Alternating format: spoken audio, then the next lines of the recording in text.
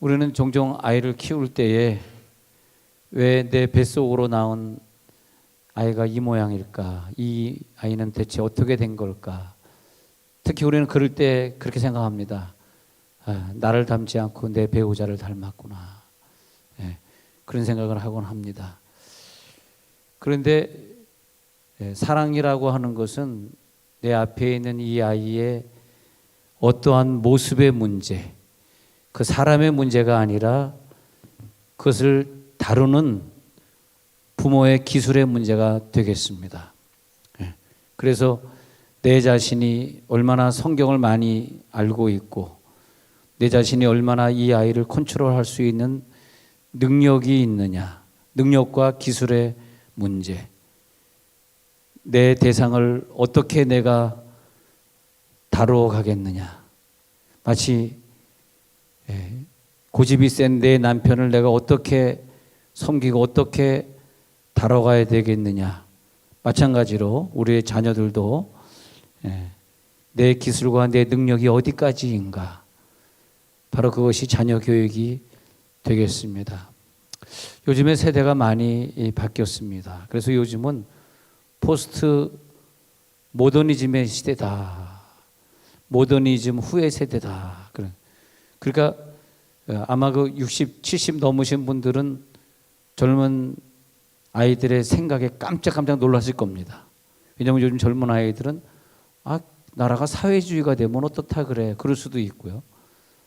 막 좀 이상한 발상을 하는데 그것을 우리가 받아들이기는 좀 상당히 그 문제가 있는 것처럼 느껴지지만 지금은 좀 다양성의 시대인 것 같습니다.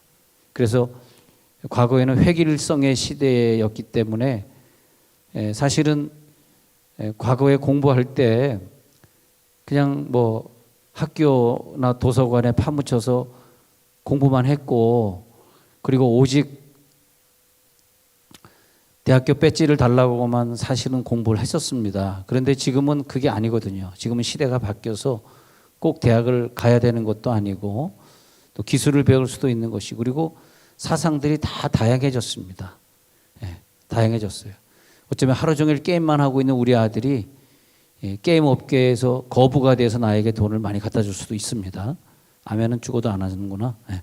그거는 말이 안 된다, 그렇게 생각하시는군요. 또 어떻게 될지도 모르는 겁니다. 하여튼 그래서 우리는 이성으로 살았던 시대를 살았던 기성세대가 우리들의 자녀를 보면서 이제는 감성의 세대구나, 감성을 중요시 하는 세대구나, 그런 걸 볼 수 있습니다. 근데 우리의 자녀는 하나님이 오늘 말씀, 우리들의 자녀는 하나님이 우리들에게 선물로 주신 것이고 상급으로 주신 것이다. 그러니까 우리들이 그 선물, 그 상급을 잘 감당해야 되겠다, 이것입니다. 하나님 우리들에게 주신 이 선물들을 믿음으로 잘 감당하게 해 주옵소서. 그래서 이 선물들은 하나님이 우리 가정에 기업으로 주셨습니다. 그렇잖아요. 기업으로 계속 내려가는, 이어져 내려가는 다리가 아닙니까? 우리 아이들이 기업으로 주셨고요. 그리고 태 열매를 주셨을 때는 하나님이 우리를 사랑하셔서 상급으로 주셨다는 거죠. 이것은 기업이고 상급이구나. 우리가 믿음으로 어떻게든 이것을 잘 키워내야 되겠구나. 우리가 결혼을 하고 나서도 배우자에 대해서 내가 좀 더 상식이 있었더라면, 좀 더 배우자를 사랑하는 방법을 좀 더 배웠더라면 하는 좀 아쉬움이 있고요. 또 아이가 다 큰 다음에 생각해 보면은 아이가 어렸을 때 아이를 다루는 법을 좀 더 공부했었으면 좋았을 텐데, 나는 그냥 먹고 사는 일에만 바쁘게 살았구나, 그런 후회도 있습니다. 하나님 우리들에게 좀 지식을 더 주옵소서. 지식을 가지고, 왜냐하면 지식이 없으면 망한다 그랬잖아요. 하나님 성경 앞에서 우리가 살게 하시고 말씀으로 이 아이들을 잘 키우게 하여 주옵소서. 포스트 모더니즘은 자기가 갖고 있는 사상이나 자기가 뭐 축구 선수가 되겠다는 어떤 자기의 어떤 욕구나, 자기는 공부 안 하고 기술을 배우겠다는 자기의 결정이나 이런 것들을 존중해 달라는 것입니다. 예전에는 그걸 존중받지 못하는 시대를 살았던 어른들이 이제는 그 아이들의 생각과 그 아이들이 좋아하는 취미 생활과 그들의 욕구, 그들이 좋아하는 친구의 종류들, 우리는 이해하지 못하지만 그것 자체로 존중해 달라고 아우성치는 시대를 우리는 살고 있습니다. 네. 그래서 이해가 안 되지만은 우리가 얼마나 저들과 동화될 수 있겠느냐. 네. 하나님, 획일성의 세대가 아니라 다양성의 시대를 살게 해 주옵소서. 요즘 또 포스트 코로나 시대니까요, 우리 꼬마 아이들이 집에 갇혀서 나가지도 못하고 학교 가서 친구도 못 만나고 좀 답답했던 게 있지 않습니까? 그러니까 이번 주나 다음 주에는 좀 아이들이 이렇게 치유받을 수 있도록 포스트 코로나 시대, 그것은 이제 아이들 어떻게 하면 좀 치유해주고 그리고 친구들과 좀 만나게 하면서 사랑을 또 나누게 할 수 있을까? 자, 틀렸냐 맞았냐? 너는 의사가 돼야 돼. 너는 미술을 공부하는 건 틀렸어. 이렇게 얘기하잖아요. 근데 틀렸어라고 말하는 게 지금은 없어졌습니다. 틀린 게 아니고 아빠는 의사지만 나는 미술가야. 왜 내가 꼭 아빠처럼 의사가 돼야 돼? 그러면서 다른 인생을 사는 걸 자꾸 받아들여야 됩니다. 나는 게임을 안 했었는데 왜 쟤는 게임을 하는 거야? 근데 그런 다른 점들을 자꾸 받아들여야 돼. 그래서 이제는 학교에서도 틀린 답이 점점 없어집니다. 틀린 것이 아니라 다른 표현을 하는 것뿐이다. 그런 세대를 우리는 살고 있습니다. 성경에 계속해서 하나님 우리들에게 선물로 주셨어. 기업으로 주셨어. 상급으로 주셨어. 이 자녀들을 믿음으로 잘 감당하게 해 주옵소서. 우리는 갈등할 때가 있어요. 두 블락만 걸어가면 학교인데 우리 아이는 아빠 태워다 줘. 엄마 태워다 줘. 야, 네가 한 10분만 일찍 일어나도 몸에도 좋고 건강하고 걸어가면 좋은데. 그랬을 때 그래, 목사님이 무조건 사랑하라 그랬으니까, 야단치지 말고 사랑하라 그랬으니까 두 블락이지만 차로 데려다 주자. 그것이 사랑이다. 그럴 수도 있고요. 또 갈등은 뭐냐 하면 그게 사랑일까? 꼭 차로 데려다 주는 것이 사랑일까? 스스로 걸어갈 수도 있는데, 그러면 어떤 아버지는 아니야, 넌 걸어갈 수 있어. 너 10분 일찍 일어나서 너 운동 겸 걸어가. 무엇이 좋을까요? 사랑일까요? 아니면 운동시킬까요? 근데 뭐 사랑도 좋고 운동시키기 위해서 걷게 하는 것도 좋은데 중요한 건 뭐냐 하면 바로 이것입니다. 자, 걷게 하냐, 차 태워줬냐, 그걸 말하는 것이 아니라 항상 어떤 것을 결정할 때마다 내 자신이나 내 자녀의 영적인 성장, 신앙의 성장에 도움이 되는 걸 선택하라는 것입니다. 그런데 내가 보기에는 두 블락 정도면은 걷는 것이 영적인 성장에 도움이 되고 고생 안 하는 것보다는 고생을 시키는 것이 고난을 만났기에 주님을 더 붙들고 기도하게 되는 영적인 성장에 도움이 되고, 자, 영적 성장에 도움이 되는 것이 고생 안 하는 길인가? 고생하는 길인가? 궁극적 내 자녀의 목적은 뭐냐 하면 그 성경에 있는 말씀처럼 예수님 같이 예수님처럼 자라가야 되거든요. 자라가야 되는 건 좀 힘들게 살아야 되고 좀 고난도 좀 만나야 되고, 하나님이 주신 기업이기 때문에 그런 거죠. 내 기업이 아니라, 야, 네 자녀는 네 거 아니라 하나님이 주신 기업이다. 하나님이 주신 기업이기 때문에 힘들게 살아야 하나님을 붙드는 것이고, 근데 우리 자녀들이 결혼할 배우자를 정한다 그러면 얘가 어떻게 하든 좀 고생 안 할 수 없어요. 요즘 그 배우자의 1번이 누군지 아시죠? 1등으로 좋아하는 배우자, 공무원. 그러고 보면 우리 교회는 참 복받은 것 같아요. 대부분 다 공무원이니까. 난 정말 그런 분들이 제일 부럽더라. 부러워. 목사님이 은퇴했는데 막 그냥 여행 다니고, 은퇴한 목사님 여행 다니고 막 다니는, 알고 봤더니 사모님이 교사로 은퇴했어. 하나님 나에게도 교사를 주옵소서. 아니, 교사랑 결혼하는 남자들은 대체 얼마나 전생에서 얼마나 복을 많이 받았으면. 안 웃으시는군요. 뭐 전생이 없겠죠. 우리는 불교가 아니니까. 하나님 나에게도 교사를 주옵소서. 심각하게 받아들이는 거 보니까 좀 이상하네요. 그래서 우리 자녀들이 야 우리 아이들은 좀 교사랑 결혼했으면 좋겠다. 우리 딸은 야 우리 교인들 보니까 공무원 너무너무 듬직하더라. 공무원하고 좀 결혼했으면 좋겠다. 다 그 생각이 어디서 오는 겁니까? 우리 자녀들이 좀 희생 안 하고 편하게 살았으면 좋겠다. 공무원 안 좋더라고. 이번에 물어봤어요. 그 재난 뭐 소득이라는 거 공무원들은 어떻게 합니까? 하고 어느 공무원에게 물어봤더니 어저께 그 집사님이 그러더라고요. 우리는 다 기부해야 됩니다. 아유 기부해야 된대. 기부해야 돼. 공무원 안 좋아. 기부해야 된대. 재난소득. 어디 4인 가족 얼마 준다 그랬죠? 4인 가족 얼마죠?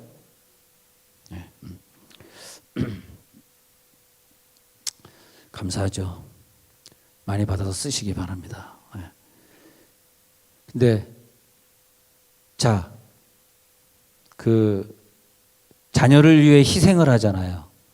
자녀들 위해 희생을 하는데 그냥 뭐 사랑을 할 때 보면은 뭐 물불 안 가리고 뭐 모든 것 다 뭐 편하게 해주려고 그러고 뭐 재밌게 해주려고 그러고 뭐 사다 달라는 거 다 사주고 뭐 최고로 사랑해 주잖아요.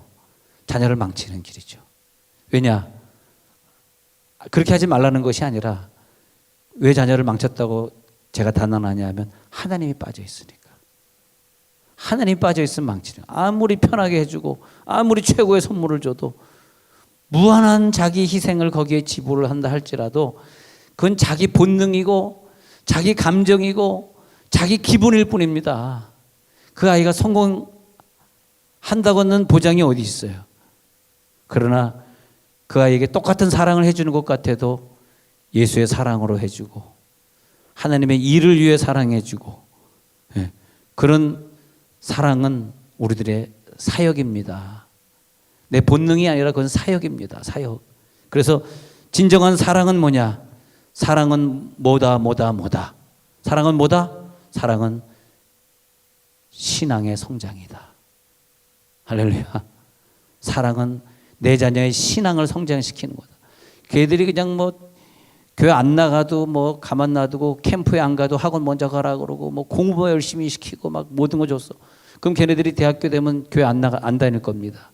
그리고 믿지 않는 배우자와 결혼할 겁니다.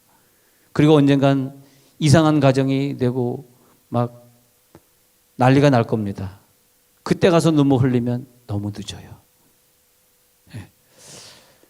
그의 영이 그의 육이 아니라 그의 영이 커가는 걸 보는 것이 교육입니다. 왜? 하나님의 사랑이고 하나님의 선물이고 하나님의 기업이고 하나님의 열매니까. 사랑을 너무 지나치게 하면 버릇이 없어지지만 하나님의 사랑으로 사랑하면 쓸모 있는 사람이 돼요. 그 사랑을 아이들이 알아요.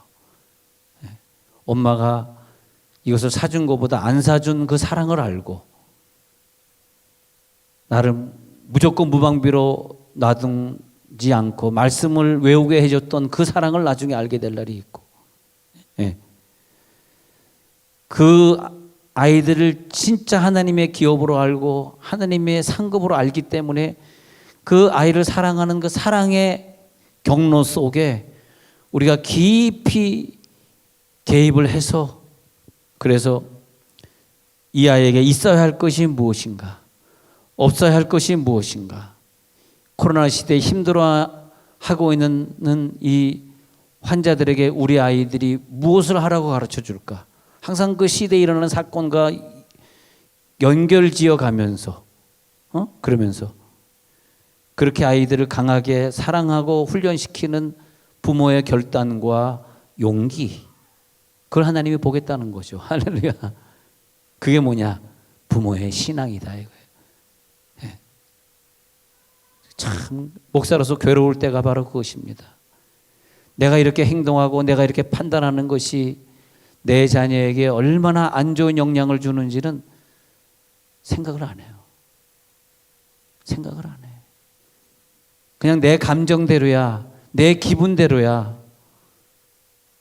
내가 먹고 싶으면 먹어야 돼. 내 자녀에게 이 냄새가 어떻게 풍겨야 되는지 그걸 몰라요. 그런 부모들 보면 참 불쌍해요. 불쌍해. 내가 하는 행동 하나하나가, 내가 아내한테 신경 지르고 소리 지르는 것 하나하나가 우리 아이들에게 얼마나, 아빠가 엄마한테 소리 지를 때 받는 충격은 6.25 사변 때 옆에서 폭탄이 떨어져서 옆에 전우가 죽는 거와 같답니다. 그만큼 충격이 크대요. 아이들은 무표정으로 가만히 있지만 너무 쫄지 마십시오. 네. 얼굴 너무 쫀 것 같아요 오늘. 옆에서는 눈으로 보고 인사 한번 나누세요. 아유 나오셨네요. 아니 그래도 그렇지, 아까 어떤 집사님 만났는데 목사님 한 2달 이상 된 것 같아요. 나는 매주 만난 줄 알았어. 난 마스크 쓰고 봐가지고 난 매주 만났더니 아니 우리 만난 지 벌써 2달이나 됐어요. 아니 그동안 뭐하고 이제 나온 거예요? 그랬더니 하여튼 그렇게 됐어요. 또 직장에서 막 어느 사람은 어저께도 어떤 남자 집사님 만났는데 직장에서 절대 교회 나가지 말라 그랬대요. 아유 목사님 공무원이 이렇게 힘드네요. 교회 나오고 싶은데 직장에서 나가지 말라 해서 어제 나오셨더라고. 오늘은 물론 이제 주일학교 반사하시지만 어저께 처음 나왔다 그러더라고. 얼마나 반가워요. 반가워. 마스크 시대가 참 좋긴 좋은 것 같아요. 예. 잘생기고 못생긴 게 없어졌잖아요. 그리고 저같이 잘생긴 사람만 마스크 벗을 수 있는 자격이 있고, 진짜 잘생겼던 얘기가 나와서 말이지, 어느 집에서 아이가 안 생겼는데 거의 한 10년 된 것 같아. 그렇게 기도했는데 아이가 안 생겼는데 드디어 아기가 출산을 했습니다. 딸이 났어요. 그 다음에 1년 만에 돌이라고 목사님 예배 드려주세요 해서 닦아서 예배 드리는데 얼마나 아이를 갖다 이쁘게 막 빨고 그냥 걔가 막 그냥 약간 일어나가지고 뭐 걸어가려고 그러면 막 그냥 금이야 오기는 얼마나 그러는지. 예, 보통 이렇게 돌 됐습니다 목사님 예배 드려서 가면은 대체로 제가 기도해서 나온 아이들이기 때문에 다 아빠 안 닮고 저를 닮거든요. 그런데 그 아이는 나를 안 닮고 아빠를 닮은 거야. 제가 뭔 얘기 하려고 그랬겠습니까? 그 딸아이가 나를 닮았으면 좋았을 텐데 세상에 못생겨도 그렇게 못생길 수가. 아니 이렇게 못생긴 아이가 태어났을까? 막 보고 기도해 주기가 싫어. 축복해 하기가 싫어 막. 그런데 이 부모는 얼마나 귀여운지 빨고 이 세상에서 자기 아이가 제일 이쁘다고 막 귀엽다고 그러는 거야. 그래서 내 속으로 그래 내 아이는 이렇게 귀엽고 이쁘구나. 귀엽고 이쁘구나. 얼마나 아이를 보면 참 사랑스럽고 귀엽고 이쁜지 모릅니다. 그 아이들이 이렇게 자라날 때 보면은 그렇게 귀여워. 우리 아들딸이 20대인데 25살에는 십장가 다 가야 되잖아요. 그것이 효도하는 거 아닙니까?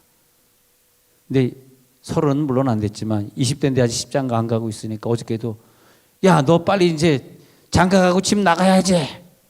아직까지 장가 안 가고 있어. 막 그랬죠. 막 어저께 저녁에도 그랬어요. 장가 가! 그만 떠나 우리 집! 지금 나이가 몇 살이야? 그리고 한켠에 아이고 저것들 다 시집장가 가면 우리 외로워서 어떻게 사나. 그래서 슬프더라고요. 그렇게 금이야 오기야 키웠는데 장가 가면 어떻게. 가지 마오 가지 마오 나를 두고 가지를 마오. 그래도 여러분 여자아이는 23부터 이 세포가 늙기 시작합니다. 남자아이는 26부터 세포가 늙기 시작해요. 그래서 24, 5 이렇게 되면 여자는 점점점 미워집니다. 지금 아이들 야 참 아가씨 이쁘다 할 때 그 나이가 23입니다. 지금 나이가 60 되셨다고요? 말도 안 하겠습니다. 그 사람하고는. 그러니까 빨리 23세 여자아이는 보내야 되고 남자는 26세 보내야 됩니다. 난 우리 교회 아이들이 빨리빨리 다 시집장가 갔으면 좋겠어요. 진짜로. 빨리 가십시다. 네. 오늘 뭐 얘기하다가 이렇게 됐나요? 자, 그래서 네. 로버트 풀검이라고 하는 분이 이런 책을 썼어요. 내가 정말 알아야 할 모든 것은 유치원에서 다 배웠다. 이 글을 써. 이 책은 뭐냐면 초등학교 이전에 모든 것이 다 결정이 된다는 것입니다. 직장 생활을 잘 못하는 사람도 유치원 때 어떤 문제가 있었던 것이고, 또 사랑이 부족한 남자도 3살 때 뭐 부모에게 매를 맞았다든지 그랬을 것이고, 그래서 마땅히 아이들이 알아야 될 것은 성경 말씀이든 세상의 지식이든 초등학교 들어가기 전에 다 끝쳐야 된다. 그럼 초등학교 들어가서는 아이들에게 이것 하라 마라 하면 안 된다, 이 말입니다. 그러니까 심판자, 결정자가 더 이상 우리는 아니다. 부모는 그들에게 결정을 내릴 수 없고 심판을 내릴 수 없다. 그들이 좋아하는 건 이젠 자기의 길을 가는 것이다. 너 이거 하면 안 돼. 그런 말 하지 말라는 것입니다. 특히 사춘기에 접어들었는데도 무엇을 가르치려고 하고 지시하려고 하면 안 된다. 근데 우리는 습관적으로 애가 하나밖에 없으니까, 둘밖에 없으니까 그냥 내 뜻대로 아이를 계속 뭐 가르치지 않습니까? 물론 아이들이 어렸을 때는 따라하는 척 하겠죠. 그러나 나중에 반항심이 굉장히 커져가지고 폭발할 때가 옵니다. 근데 아이들에게 자꾸 내가 원하는 어떤 모습을 자꾸 요구할 때는 아이들이 내면이 점점 죽어간다고 이 풀검이 얘기하고 있어요. 우리 아이들의 내면이 죽어간다. 왜냐하면 그들의 자율성을 키워주는 것이 아니라 내 뜻을 자꾸 주입시키니까. 그래서 자녀가 사춘기에 들어가고 커가면서 부모의 역할이 점점 변화되어 가고, 아이들이 커가면서 나도 커가고, 나도 그 아이에 맞춰서 대화하고 이해하고 또 그가 좋아하는 것을 좀 용납해 주고 하는 것이 필요합니다. 이제 아이들이 벌써 유치원을 끝냈다라고 하는 사람은 잔소리도 끝난 거예요. 더 이상 잔소리 듣지 않습니다. 특히 요즘 아이가 하나밖에 없으니까요. 아이들에게 그냥 계속 이거 먹어라 저거 먹어라 뭐. 그게 너무 그냥 잔소리가 많은 것 같아요. 그러니까 아이들의 옆에서 보면 불쌍해. 아이들의 인생이 없는 것 같아요. 얼마나 빨고 만지고 아이를 갖다가 쓰다듬어주고 그러는지. 물론 좋긴 좋지만 자녀들은 옳은 소리는 맞습니다. 잔소리를 해주는 게 옳은 소리입니다. 근데 그 잔소리가 그 아들과 딸을 행복하게 만들어주지는 못합니다. 에베소 6장 4절, 그래서 에베소 6장 4절에서 자녀를 우리들이 키울 때 자녀들을 경록해 하지 말라, 화나게 하지 말라. 그런 에베소 6장 4절에서는 뭘로 키우라? 주의 교양과 훈계로 양육하라. 주님의 말씀으로 교육시켜요. 주님의 말씀으로 훈계로 양육해. 제가 오늘 게리 체프먼의 책에서 그 5가지 사랑의 언어라는 것을 요약해 왔습니다. 게리 체프먼은 아이를 키우면서 5가지 사랑의 언어를 요약해 왔는데, 첫 번째는 항상 그 아이를 인정하는 말을 하라. 항상 중요합니다. 우리가 어릴 때 자라면서 아버지가 좀 덜 바빠서 시간이 많아서 늘 나를 인정해 주는 말을 배우고 자라는 사람은 자녀가 좀 잘못해도 그를 인정하고 그런 것이 훈련되어 있지만, 내가 그런 말을 전혀 안 듣고 직장도 늘 야단 맞는 직장에 다니는 사람은 마음의 여유가 없어서 내 자녀들을 인정하고 싶지 않아요. 그러면 아이들이 성숙해지질 못하고 성인 아이로 남아있는 경우가 많이 있어서 부탁하기를, 이 아이들의 이 모습을 인정해 주라. 잔소리보다는 대신 인정해 주고 격려해 주고. 아이들에게 10가지 가지가 있는데 한 가지 가지에서 실수를 할 수 있습니다. 근데 99가지 가지가 다 실수한 건 아니거든. 근데 한 가지 마음에 안 든다 그래서 99가지를 다 거들먹거리면서 야단칠 수는 없다. 99가지는 다 좋은 것 아니냐. 건강하고 그래도 착실하고 뭐 이런 부분도 이 한 가지가 좀 나쁘다 그래서 부정적인 얘기는 하지 말라. 부분을 가지고 이 아이의 전체 인생에 다 망친 것처럼 그렇게 말하지 말라. 근데 우리 아이는 정말 위대한 인물이 될 것 같습니다. 위대한 인물이 될 것 같아. 그래서 그 성공한 사람들을 이렇게 보니까 요즘은 러스크 책을 읽고 있는데 그 러스크 책을 보니까 이 사람도 정말 남아공에서 그냥 남아공 사람 별 볼 일 없잖아요. 남아공 사람 누가 알아줍니까? 남아공에서 태어나가지고 백인이죠. 남아공 백인, 흑인 아니라 남아공 백인인데 그래서 아버지의 사랑을 받아가지고 캐나다로 유학 가서 공부하고 그다음에 미국 가서 공부하고 실리콘밸리 가서 연구하고 대학원 마치고 박사학위 실리콘밸리에서 하다가 나하고 너무 거리가 멀다가지고 박사학위 관두고 그 창업을 하고 그리고 기술을 개발하고 그런데 야 어떻게 그런 사람이 더 나올 수 있을까? 우리가 이 크레딧 카드 긁는 걸 미국에서는 페이팔이라고 그러는데 페이팔을 창시한 사람이고 IT 업계를 갖다가 창업한 사람이고 테슬라 자동차가 만들어진 지 몇 년 안 되는데 세계 최고의 자동차 회사로 만들었고요. 아니 근데 그리고 요즘은 이제 우주선 회사를 만들어 가지고요. 돈을 어마어마하게 벌었습니다. 그래서 우주선 회사를 만들어 가지고 우리가 일상적으로 화성에 놀러 갔다 오는 걸 2020 몇 년도에 완성시킨다 그럽니다. 난 우리 교회에서 좀 그런 아이가 좀 나왔으면 좋겠어. 진짜로. 우리 교회 작품 중에서 그냥 그는 뭐 그러다가 좀 정말 그 가난해질 수 있고 사업에 실패할 수도 있지만 한번 그런 일에 한번 도전해 보는 아이들로 한번 키워보세요. 아예 오늘은 아멘을 다 그냥 국 끓여 먹었죠. 무섭죠, 좀. 우리 아이들이 될 수 있어. 아니, 할 수 있습니다. 할렐루야. 할 수 있습니다. 아니, 아이들 그렇게 한번 키워보세요. 그러려 그러면요, 어릴 때부터 막 격려해주고 칭찬해주고 게임만 하루 종일 하고 있으면 너 게임 왕 되라. 막 그러고 확 때리려다가 참다가 너 게임 왕 되라. 응? 아니, 진짜 한번 해보세요. 정 안 되면 옆에서 같이 게임 해줘. 같이.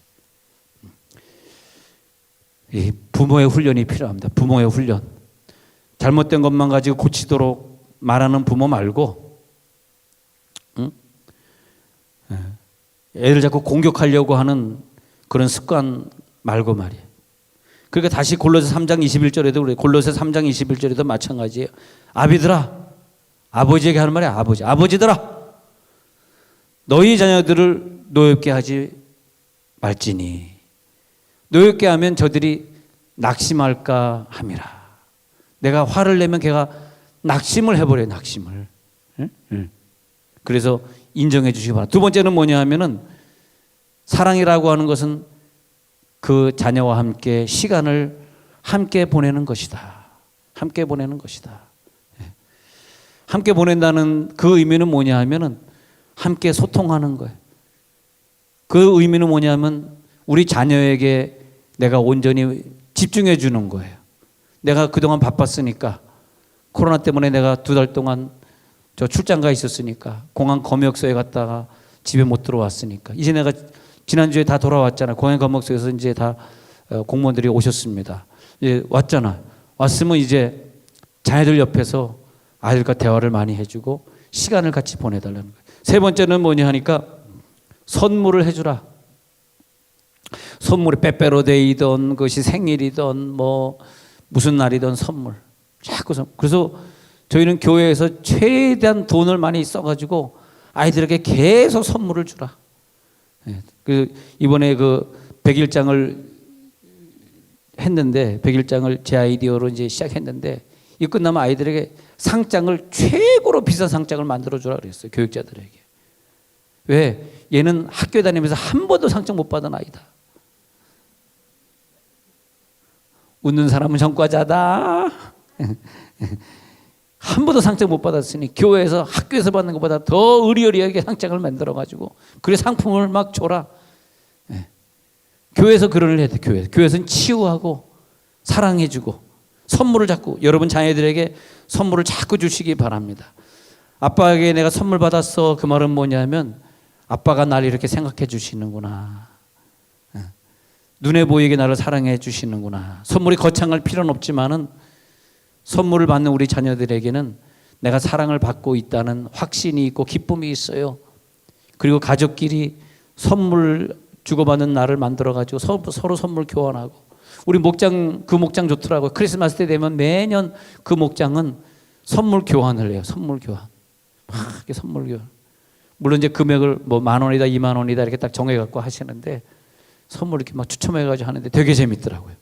예, 되게 재밌어요. 그 선물 교환할 때 꼭 저를 불러요. 그리고 나만 선물 없습니다. 예. 자기네끼리 교환하니까. 예. 자, 시편 3편 8절에 보니까 구원은 여호와께 있사오니 주의 복을 주의 백성에게 내리소서. 이게 뭐냐면 구원은 여호와께 있음에 그 구원의 복을 우리 가정에 대대로 복을 내려 주옵소서. 우리 자손들에게 그 복이 내려갈지어다. 하나님의 선물입니다. 그 다음에 네 번째는 무엇이라고 말했냐 하니까, 이 책에 보니까 네 번째는 스킨십이다 그랬습니다. 스킨십. 신체적 접촉을 하라. 신체적 접촉. 아이들의 손을 꼭 잡아, 물론 아이들이 어느 정도 크면은 손을 뿌리칠 때가 있으니까 그때까지는 아이들의 손을 꼭 잡아주고, 또 아이들이 땀을 흘리면 꼭 땀을 닦아주거나, 아이들이 학교 갈 때 꼭 머리에 손을 얹어서 손을 터치하고, 아니면 등허리에 손을 얹어서 손을 터치하고 기도해 주는 것 잊지 마시고, 그 다음에 다섯 번째는 뭐냐 하면 헌신과 봉사입니다. 사랑의 봉사, 헌신과 봉사하는 거예요. 그래서 아이들을 위해서 봉사해 주는 거죠. 예, 봉사해. 그래서 아이들이 보는 거예요. 아빠는 엄마를 위해 이렇게 집에서 봉사하는구나. 엄마는 아빠를 위해서 이렇게 봉사하는구나. 그걸 배우고 자기가 사회생활을 하는 거거든요. 근데 이 세상에서 가장 좋지 않은 직업이 뭐냐 하면요, 이런 직업이 안 좋아요. 무슨 직업이냐면 막 CEO가 된 거야. 큰 회사 기업의 회장이 된 거예요. 그래가지고 막 돈이 뭐 몇백억 몇천억을 가지고 있어. 그리고 뭐 하루에도 막 몇 억씩 버는 사람이 있다고 가정해봐. 우리 교회는 없습니다. 있으면 이런 얘기 못, 없으니까 한 얘기예요. 벌써 이런 얘기 할 때는 우리 교회 없으니까 네가 그런 얘기 하는구나, 알죠 여러분도. 근데 집에 오니까 내가 CEO 회장인데 내가 무슨 설거지를 하고, 내가 무슨 양발을 빨고, 내가 무슨 설거지를 해. 에? 내가 대기업 회장인데 안 합니다. 그 가만히 있으니까 그 엄마가 돌아다니면서 뭐 물도 떠다 주고 뭐 밥도 막 해주고 막 이럽니다. 그럼 빵점짜리 아빠가 된 거예요. 나가서는 공부를 많이 해서 기술이 좋아서 실력이 좋아서 수백억씩 벌어대는 사람으로 인정받을지 모르지만, 집에서는 우리 아이들에게 너무 교육이 안 되는 거예요. 아이들은 어렸을 때 집에서 엄마 아빠의 역할을 배웁니다.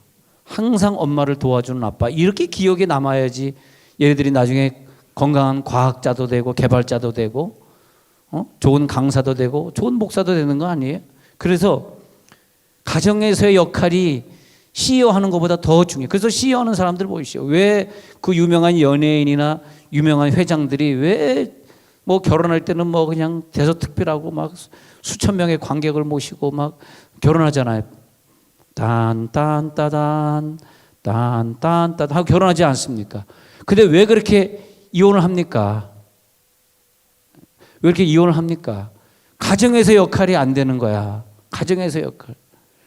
그 부인이 실망을 하는 거예요. 부인에게는 무슨 CEO가 필요합니까? 사장이 필요합니까? 같이 설거지해줄 남편이 필요한 거야, 아니에요? 근데 그런 걸 고정관념을 깨고 자녀들 앞에서 보여주셔야 돼. 하셔야 합니다. 갑자기 이번 주부터 한다 그래서 뭐 자존심이 상하고 그러지 마시고, 뭐냐, 내 역할은 내 상대방을 행복하게 해주는 거거든. 할렐루야. 내 상대방이 행복해야지. 좋은 직장이 중요한 게 아니에요. 우리가 뭐 나쁜 직장이면 굶어 죽습니까? 뭐 일용직으로 산다 그러면 우리가 뭐 어디 바보가 됩니까? 예. 가정에서의 시간이 더 많아요. 가정에서의 역할이 나에게 더 커요. 청소하십시오. 옷 빠십시오. 밥 하십시오. 아멘도 하십시오.